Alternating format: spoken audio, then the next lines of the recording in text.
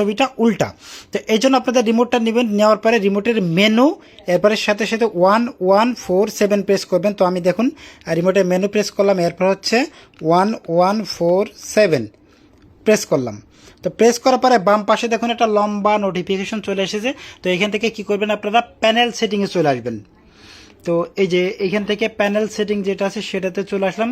চলে আসার পরে এখানে ওকে চাপ দিবেন। ওকে চাপ দেওয়ার পর এখন খেয়াল করে নিচে লেখা আছে দেখুন এই যে মিরর, এই যে মিররে আমি চলে আসব।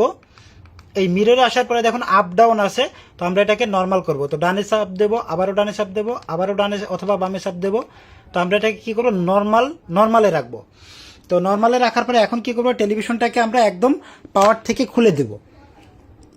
দেখুন পাওয়ার থেকে খুলে আবার টিভিটাকে নতুন করে লাইন দিব। তো দেখুন টিভিটাকে, এই যে আমার টিভির যে লেখাটা বা লোগোটা এখন কিন্তু সব কিছু সোজা হয়ে গেছে। তো আশা করি আপনারা বুঝতে পেরেছেন। তো